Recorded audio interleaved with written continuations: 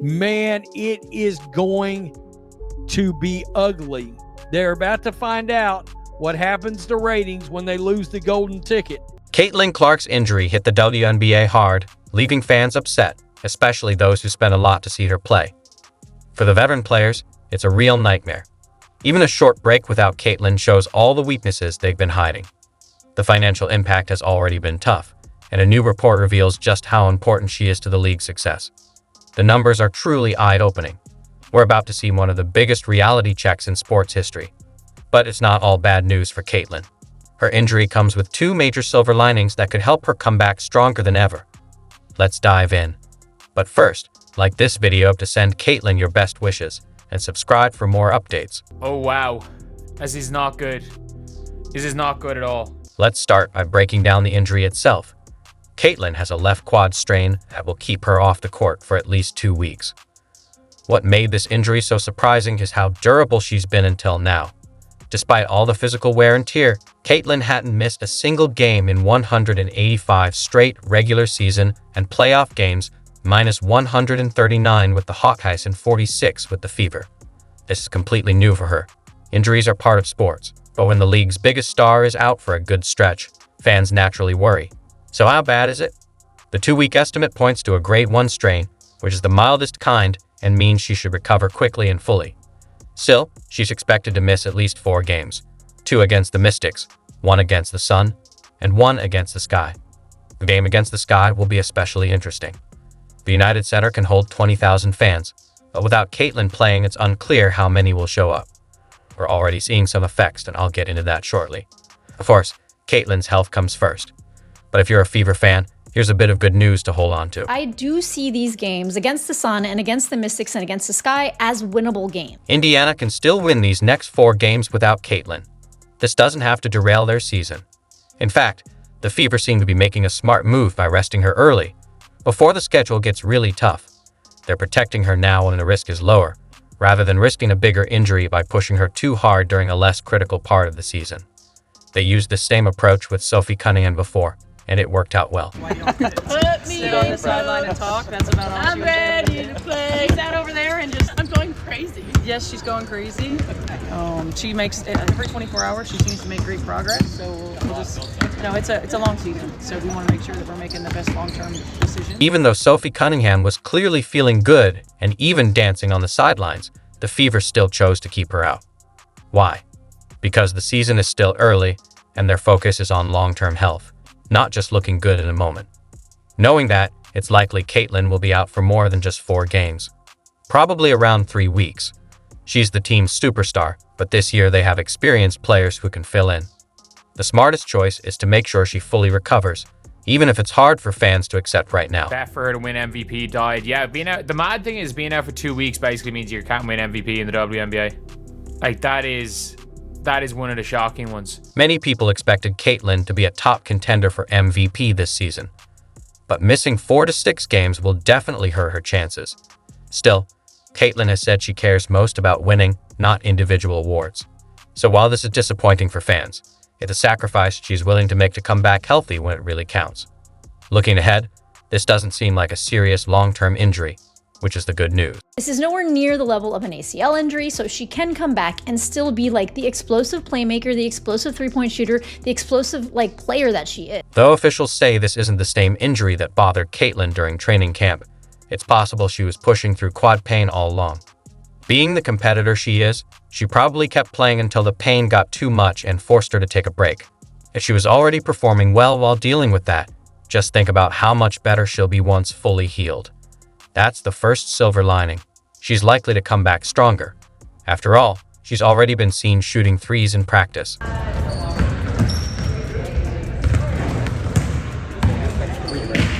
From what we can tell, this isn't a disaster for Caitlin, it's just a temporary setback.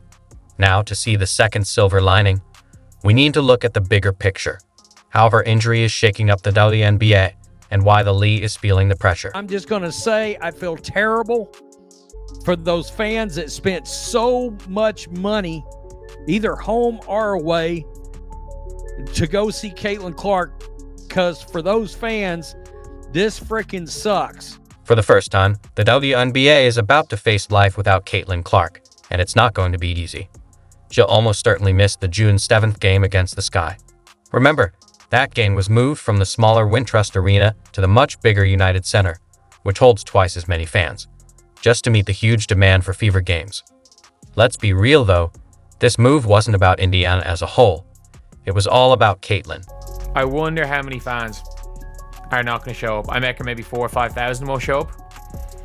I reckon it'll be 2/3 full. With Caitlin Clark sidelined, the big question is, will fans still come out to watch? The answer so far seems clear. Within hours of the injury news, fans started selling their tickets. And I genuinely think we could be looking at not half full. 'Cause it's not going to be half full. We could be looking at 6,000, 7,000, 8,000 spare seats. I wonder what price tickets are now. Indiana Fever ticket prices to games over the next 2 weeks have dropped 42%. An average ticket price of $137, all the way down to $80.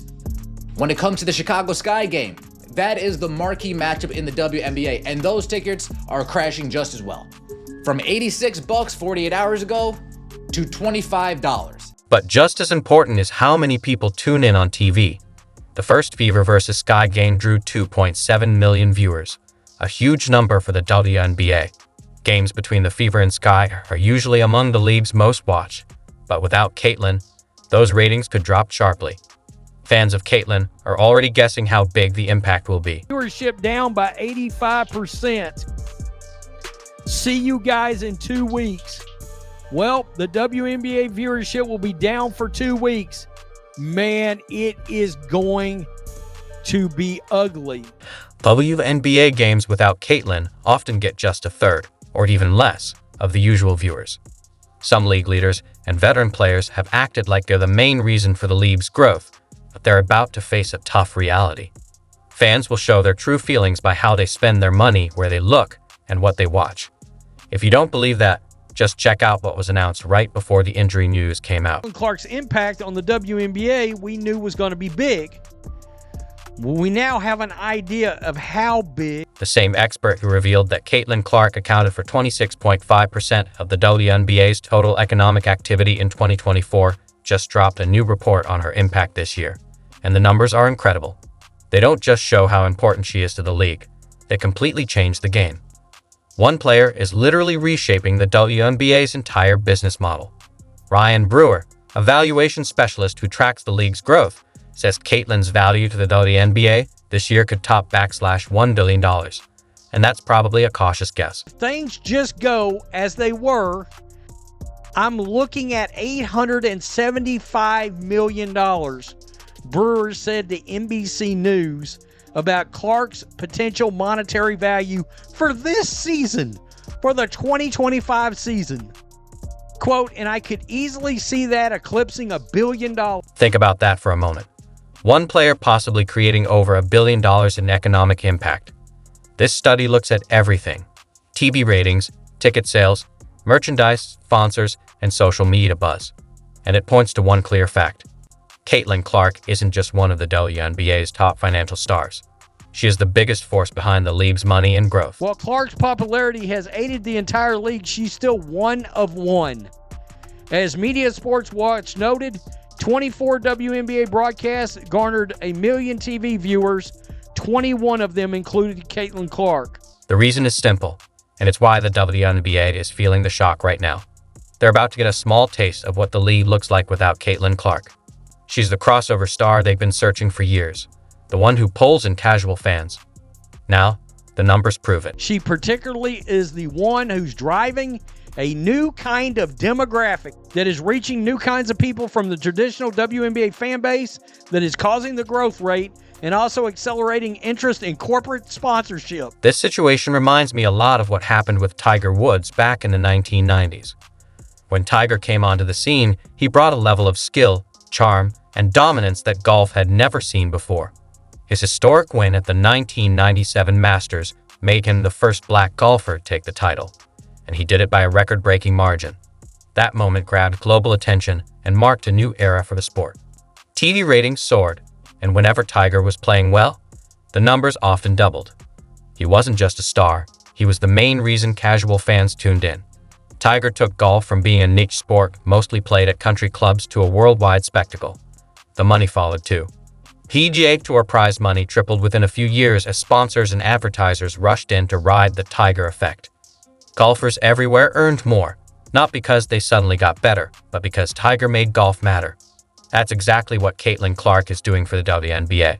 Just look at the huge revenue boost from her exhibition game against Brazil. Average reported ticket price was $650. Now, if you do the math here and you do 15,000 people times $650, that is almost $9.75 million just for a WNBA preseason. And that's just from one game. Now we're seeing real reports showing how much Caitlin has boosted the Fever organization in just one season. And the numbers are truly mind-blowing. All of this is good news for the Fever, which Sportico reported last year was worth $90 million. Brewer told the Star he believes the franchise is now worth $340 million. She has increased the value of the entire Fever franchise by 4 times in less than a year. Honestly, it makes you wonder why she isn't a part owner already. When you put it all together, it's easy to see why the WNBA is on edge. They're about to get a sharp, tough glimpse of what the league looks like without Caitlin Clark.